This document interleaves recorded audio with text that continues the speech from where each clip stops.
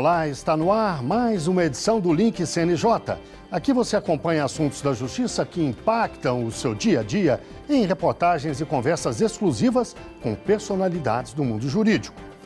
E hoje nós vamos falar da situação preocupante da Covid-19 no sistema penitenciário brasileiro.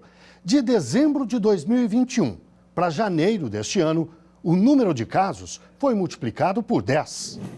Nos últimos 5 meses do ano passado, a quantidade de novos casos de Covid-19 no sistema prisional em todo o país se manteve relativamente estável, sempre inferior a 1.000 por mês. Em dezembro foram menos de 500, mas em janeiro deste ano o número chegou a 4.500. Veio fevereiro e a notícia continuou ruim.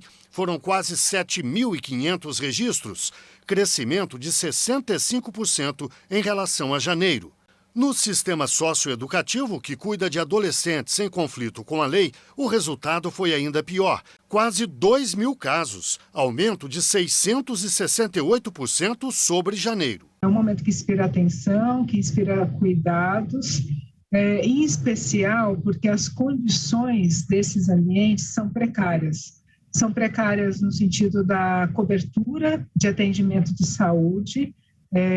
São menos de 50% das prisões brasileiras que têm equipe multiprofissional dedicada na área de saúde, então isso implica num atendimento externo, às vezes por coisas simples, o que faz com que não tenha esse transporte recorrente. Logo, quando as pessoas são levadas a uma UPA, a um hospital, pronto-socorro, já estão em estado mais grave. Então, esse é um dos fatores que gera essa preocupação. Segundo, porque é uma população também que tem uma situação nutricional abaixo da média. Muitas unidades prisionais têm, inclusive, alas de pessoas subnutridas e, logo, a capacidade de resistência é menor.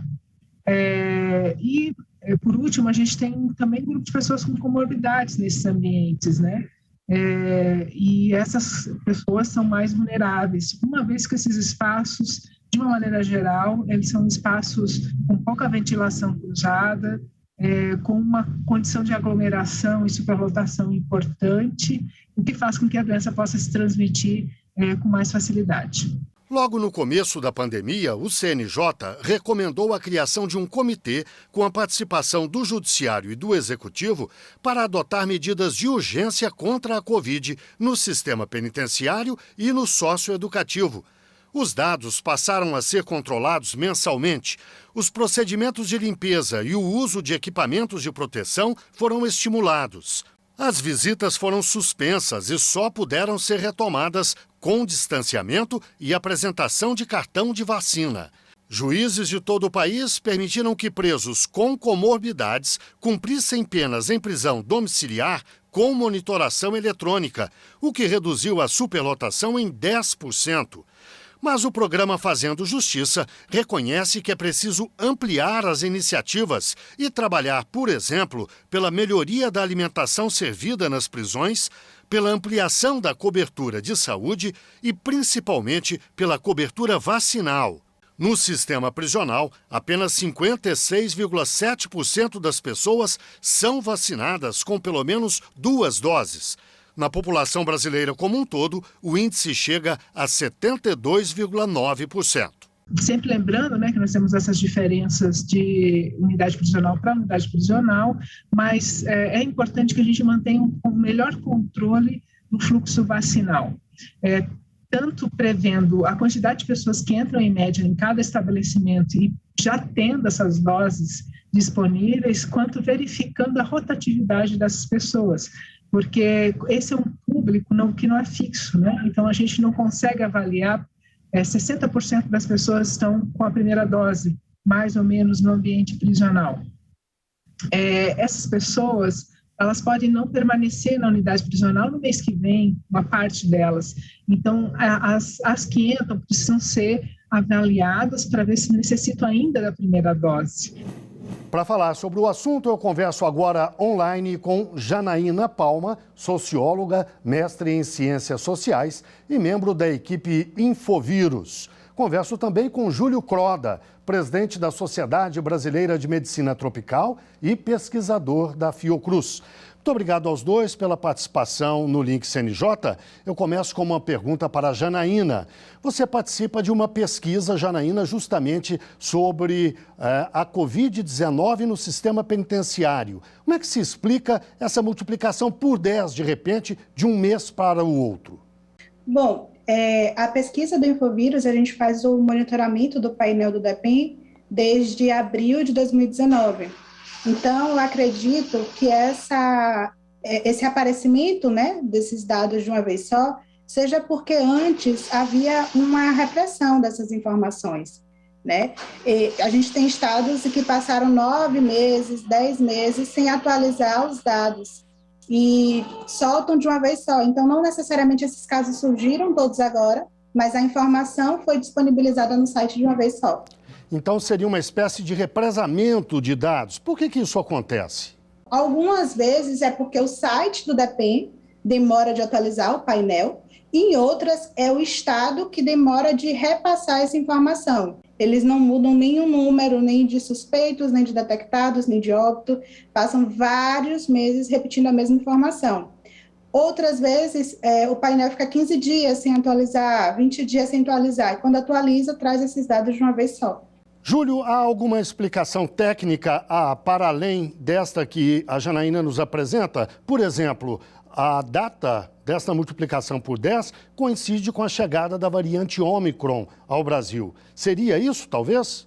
Bem, né, a gente tem uma explosão de casos na população geral e não é diferente no sistema prisional, né? Existe elevada transmissão da Covid-19, assim como qualquer outra doença respiratória no ambiente de superlotação. Então, com certeza, também tem nesse aumento o reflexo da transmissão da Ômicron entre dezembro e janeiro. Qual é a força, Júlio, da superlotação nessa explosão de casos? A superlotação do sistema, claro. Nos últimos anos, houve um crescimento exponencial de número de detentos dentro do sistema, o que excede a capacidade de construir novas unidades. Isso favorece muito a transmissão de doenças respiratórias, como influenza, Covid-19 e a tuberculose. Essas doenças estão adaptadas a esses locais e impactam muito a vida das pessoas que estão sob essa condição. No caso da tuberculose ainda, Júlio, há uma situação dramática. O aumento é exponencial, não é? É exponencial. Nós tivemos uma dificuldade no Brasil como um todo de reduzir o número de casos de tuberculose por conta do aumento exponencial de casos nesses ambientes. Atualmente, os casos de tuberculose no sistema representam 12% de todos os novos casos no Brasil, para uma população que flutua entre 700 e 800 mil presos.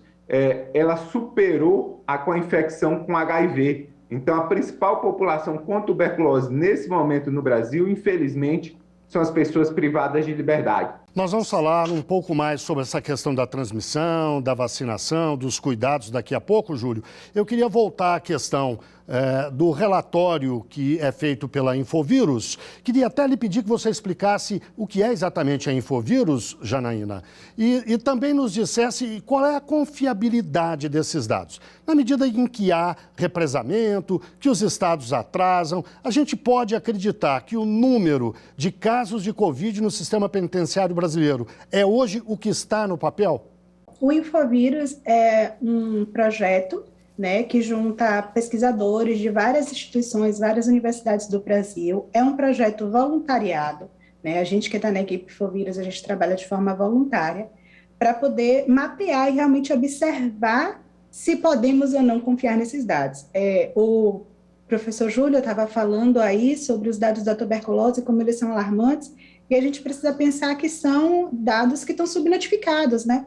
Eles são alarmantes, mesmo estando subnotificados. A Covid, ela está muito subnotificada, pelo que a gente pode concluir, porque se a gente for pensar que em mais de 2 anos de pandemia, estados como Alagoas, Amapá, Pará, não apresentam nenhum óbito, a gente, ironicamente, pensaríamos que seria perfeito estar no sistema prisional. Aqui fora morre tanta gente e dentro da prisão não morreu ninguém, né? Chega a ser irônico a realidade que é apresentada pelo departamento. Júlio, com a superlotação, é possível adotar algum cuidado ou alguns cuidados que minimizem essa quantidade de gente exprimida num espaço pequeno? Existem cuidados que podem resolver? Falando de Covid-19, a gente tem que ter um cuidado, principalmente com idosos e pessoas com comorbidade. Nesse momento de elevada transmissão dentro do sistema, é importante, de alguma forma, tentar isolar essa população. Tem algumas prisões que fazem um esquema de colocar em pavilhões separados essas pessoas com comorbidade idosos, separado da população geral, para tentar, de alguma forma, diminuir a transmissão ou, eventualmente, ter uma atenção mais especial para esse grupo, que é o grupo mais vulnerável para hospitalização e óbito.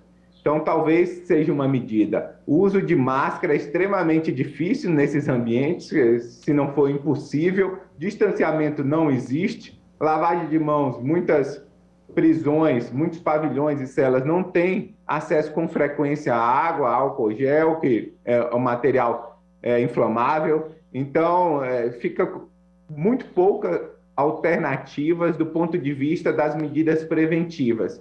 Talvez a medida preventiva mais efetiva nesses ambientes seja ampliar a vacinação e a cobertura vacinal. Até agora, a vacinação no sistema penitenciário tem ficado aquém da média da população brasileira. Isso significa que a gente ainda vai ver muitas mortes no sistema penitenciário acima da média nacional também? A gente tem que fazer uma análise também por idade e comorbidade, né? A população do sistema prisional são pessoas, são adultos jovens, com risco menor de hospitalização e óbito. A gente pode observar, sim, um aumento de hospitalização e óbito, principalmente nas pessoas acima de 50 anos que estão no sistema prisional. Abaixo de 50 anos e vacinados, o risco de óbito e hospitalização é muito baixo. Então, a gente pode, sim, eventualmente, observar um aumento numa população bem específica, o que não é a população geral do sistema penitenciário. Janaína, além de fazer parte dessa pesquisa, você tem como formação profissional a sociologia, você é socióloga. Com esse olhar de socióloga, como é que você enxerga o sistema penitenciário brasileiro e até do ponto de vista da sua evolução? Ele tem futuro como um local para o cumprimento de pena com alguma dignidade? Olha, o que os estudos da sociologia apontam é que evoluir seria voltar atrás. Como dizer isso? A gente precisa pensar em outras formas, né, de punições, de cumprimento de medidas, de restrição, que não a aglomeração de pessoas no espaço prisional. Essa forma que a gente tem hoje, ela é muito criticada em outros lugares do mundo, já não se usa mais, já não dá conta daquilo que a gente precisa para ter uma ressocialização dessas pessoas, vamos dizer assim. Porque se aquele espaço fosse efetivo para ressocializar, a gente não teria tanta reincidência nos casos. E você vê algum movimento nesse sentido na sociedade brasileira? Algum entendimento dessa questão que você levantou? A gente tem grupos de pesquisa dentro da universidade, a gente tem toda uma militância que fala sobre isso, mas institucionalmente não. A gente tem, por exemplo, dentro da sociologia, dentro da criminologia, a possibilidade da criação, já foi levantada, do SUSP, que seria um SUS, só que da criminologia, né? Seria um sistema integrado prisional. Mas é algo que ficou no papel, ficou no discurso e não foi para frente.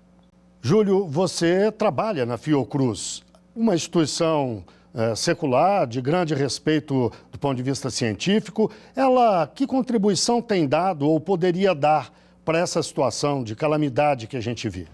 A gente tem diversos grupos de pesquisa que trabalham com essa temática, né? Mais focado para a área de saúde, mostrando que realmente vai ser difícil, né, a gente garantir acesso sem a gente diminuir essa superlotação, né, do sistema prisional. garantir acesso à saúde é fundamental. Parece que o SUS ainda não chegou nesses locais. A gente tem, sim, o credenciamento de equipes municipais, né, no sistema prisional, mas existe um desinteresse dos municípios em, de alguma forma, estar assumindo essa responsabilidade, assumindo uma população que é da sua cidade, portanto, seria necessário que prestasse uma assistência à saúde mais adequada, o controle dessas doenças mais adequado, o acesso à saúde com qualidade. Essa desigualdade em relação ao acesso também traz bastante injustiça e a gente precisa militar mais por essa causa, porque a questão da segurança sempre é prioritária dentro do sistema prisional e a questão da saúde é relegada a segundo plano, mas isso impacta não só as pessoas que estão lá, mas toda a comunidade, que é o caso da tuberculose. A gente sabe que a tuberculose se dissemina na comunidade e grande parte dos casos novos na comunidade estão relacionados à prisão. E a gente vê pouca ação efetiva, né, de todas as áreas para resolver esse problema. Então, a gente precisa, sim, de alguma forma, ter mais representatividade da sociedade organizada, seja os familiares dos presos, seja ex-privados de liberdade. A gente tem poucos movimentos sociais participando desse debate, intensificando essa discussão no sentido do desencarceramento. A gente não pode aceitar que presos, que usuários ou eventualmente doentes psiquiátricos estejam nesse ambiente, sendo que existem outras alternativas de cumprimento de pena. No momento que eles entram dentro do sistema, eles estão sujeitos a doenças específicas relacionadas ao sistema prisional, como a gente está tratando do tema, a influenza, a Covid-19, a tuberculose, além de ter contato com criminosos que possuem maior experiência com crime organizado, com as grandes facções. Então, a gente precisa mudar esse conceito dentro da nossa sociedade, entender que talvez essas pessoas com crimes mais leves, né, usuários, muitas vezes, pessoas com problemas psiquiátricos, não deveriam estar dentro da prisão e sim cumprindo pena em outros locais de forma alternativa. Bem, chegamos ao fim da nossa entrevista. Eu agradeço muito a participação da Janaína Palma, socióloga, mestre em Ciências Sociais e membro da equipe Infovírus, e também de Júlio Croda, presidente da Sociedade Brasileira de Medicina Tropical e pesquisador da Fiocruz. Agora, no Link CNJ, vamos às notícias da Justiça. Vamos dar um giro pelos estados e pelos tribunais do país. Desde o dia 1º de março, os tribunais brasileiros só aceitam processos novos em formato eletrônico. A restrição a processos físicos foi definida em setembro passado pelo CNJ por meio da Resolução 420 de 2021. A medida deve acelerar ainda mais a transformação digital no judiciário. No ano passado, apenas 2 em cada 100 ações começaram a tramitar em papel. Além de modernizar o trabalho, a tramitação digital amplia o acesso da população à justiça, dá mais celeridade aos processos e diminui os custos dos tribunais. A Justiça Federal alerta para o novo golpe contra pessoas que têm valores judiciais a receber. Quadrilhas usam mensagens de WhatsApp para pedir depósitos antecipados de dinheiro às pessoas. Mas ninguém deve fazer esses depósitos ou pagar guias para liberação de precatórios e de requisições de pequeno valor. Na dúvida, consulte o Tribunal Federal da sua região. Tribunais de Justiça de todo o país participam da 20ª Semana Justiça pela Paz em Casa. O objetivo é agilizar os processos de violência doméstica e familiar contra a mulher. Além do mutirão de julgamentos e audiências, o Judiciário faz eventos de capacitação e sensibilização para o combate à violência de gênero.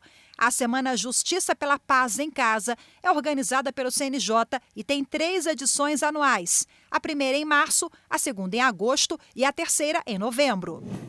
E o Conselho Nacional de Justiça inaugurou a Ouvidoria Nacional da Mulher. O órgão funciona na sede do CNJ em Brasília e é um espaço para recebimento de informações, sugestões, reclamações e denúncias sobre a tramitação de procedimentos judiciais que envolvem a violência contra a mulher. A ouvidora nacional da mulher é a desembargadora Tânia Reckziegel, ex-conselheira do CNJ. É importante que as mulheres tenham um local onde possam chegar, perguntar, se informar, pedir esclarecimento e ser auxiliadas nesta caminhada. É uma medida que permite maior acesso à justiça. É hora do CNJ nas redes? Vamos ver algumas das postagens que marcaram a semana nas redes sociais do CNJ. Olá, pessoal! O Conselho Nacional de Justiça aprovou a criação do Banco Nacional de Precedentes, que vai reunir e padronizar os precedentes dos tribunais superiores para tratamento uniforme das demandas judiciais repetitivas ou de massa. O banco será uma plataforma de rápido acesso e fácil consulta, que além de reunir todo o conteúdo do tema, vai oferecer estatísticas. Ele será alimentado pelos tribunais e será gerido pelo Departamento de Pesquisa Judiciária e pela Comissão Permanente de Gestão Estratégica, Estatística e Orçamento do CNJ. Confira mais detalhes nas redes do Conselho. E você sabia que desde o dia 1º de março os tribunais brasileiros devem aceitar apenas processos em formato eletrônico? A restrição aos processos de papel, prevista desde setembro de 2021, deve acelerar a transformação digital na Justiça. No ano passado, apenas 2 em cada 100 ações começaram a tramitar em papel.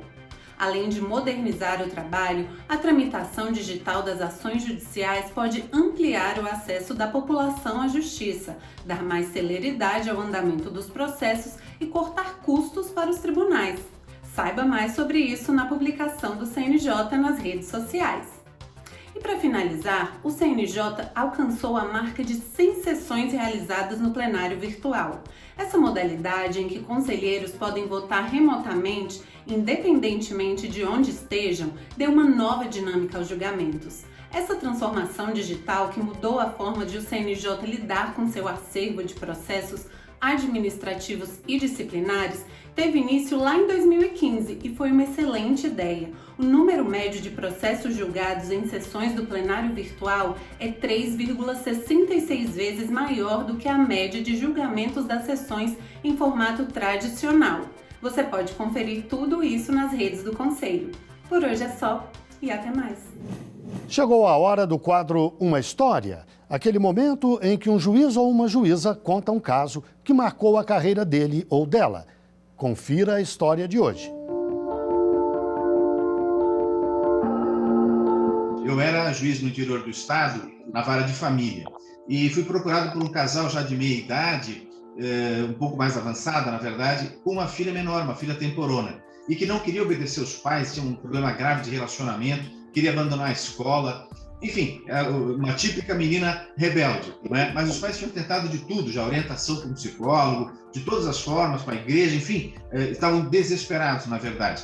E eu me conduí muito, eu disse, olha, não é bem minha especialidade, eu sou juiz, não é? Eu julgo casos, eu aplico a lei, mas eles insistiram, eu disse, olha, por favor, fale com a nossa filha. A menina entrou, toda pintada, exageradamente pintada, né? Maquiada por uma menina tão novinha, devia ter uns 12 anos, me chamou muito a atenção aquilo, ela queria ser adulta, isso ficou evidente, né?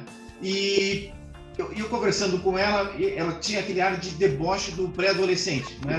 Não queria saber dos pais, os pais não sabiam nada, os pais eram obtusos, os pais eram velhos. E eu perguntei, querida, que ótimo, não é? E ela olhando para mim com uma cara de tio velho também, né? E eu tinha 30 anos na época.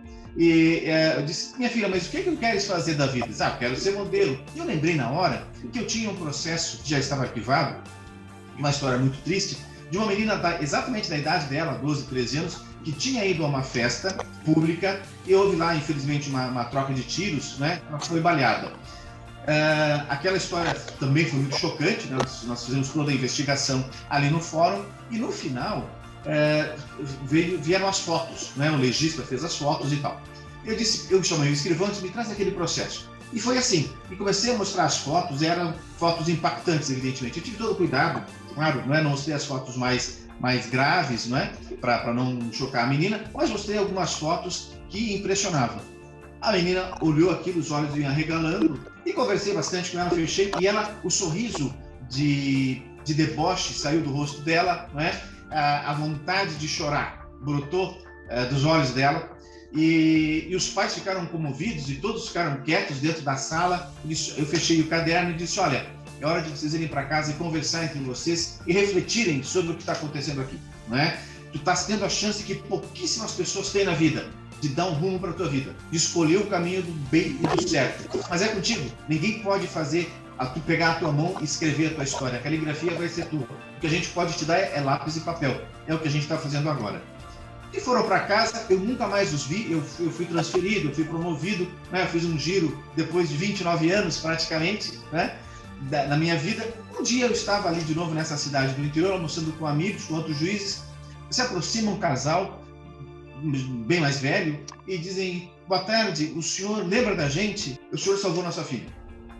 O senhor foi muito mais do que juiz. A partir daquele dia, ela voltou para a escola, ela voltou a ser menina, tirou a maquiagem, voltou a ser o que ela tinha que ser, uma menina curtindo a infância dela, sem as influências de amigos perniciosos, sem a influência de drogas, sem a influência de traficantes. Ela entendeu que a chance era uma só. Não entrei em detalhes, mas ela deu certo, não é? Ela virou um ser humano que desabrochou, que amadureceu e que certamente está fazendo e reproduzindo bem por aí. E eu fiquei muito orgulhoso porque aquela história me tocou profundamente, dentre tantas e tantas e tantas, em 30 anos de profissão que a gente tem para contar. Essa foi maravilhosa, que foi uma ação fora do processo. Foi uma ação que eu pude me dedicar durante umas 2 horas a conversar com pessoas e mostrar que o juiz não está ali só para sancionar, só para punir, né? Está ali para orientar e para mim, para dizer coisas boas quando tem que ser ditas. E aquela família precisava exatamente disso naquele momento. E deu certo. E eu tenho muito orgulho disso, Guilherme. E hoje o Link CNJ extrai uma série de entrevistas, uma por programa, com os novos conselheiros que tomaram posse recentemente. Vamos ver um pouco quem são e o que pensam esses conselheiros.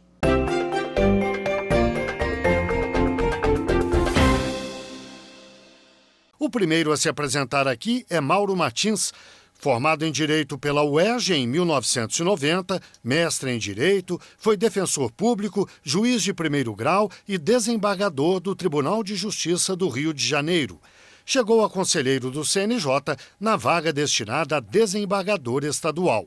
E eu aceitei esse desafio, que para mim é um grande desafio, talvez o maior desafio que eu tenha até agora na minha carreira, e concorri. Fui indicado pelo STF, depois fui submetido à sabatina no Senado e, sendo aprovado na sabatina, fui nomeado pelo presidente da República em dezembro do ano passado.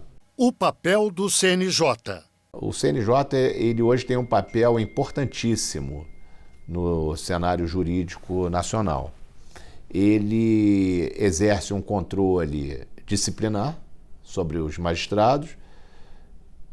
Isso talvez seja o que chame mais a atenção da atuação do CNJ, mas não é, no meu entendimento, a principal competência do CNJ. Eu acho que o CNJ tem um papel muito importante, que é planejar políticas nacionais para o Poder Judiciário, e nesse campo ele tem ido muito bem.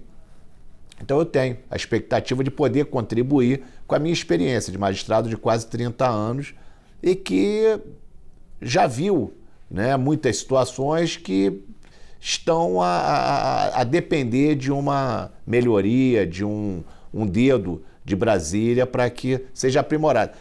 A minha expectativa é contribuir para o aprimoramento da prestação jurisdicional. O que é o direito? O direito é o único caminho da pacificação social. Não há salvação fora da Constituição e fora do direito. Eu acho que um povo, uma sociedade que pretenda ser civilizada, ela tem que evoluir no direito. Bem, chegamos ao fim de mais um Link CNJ. Muito obrigado a você que esteve com a gente até agora e até o próximo programa.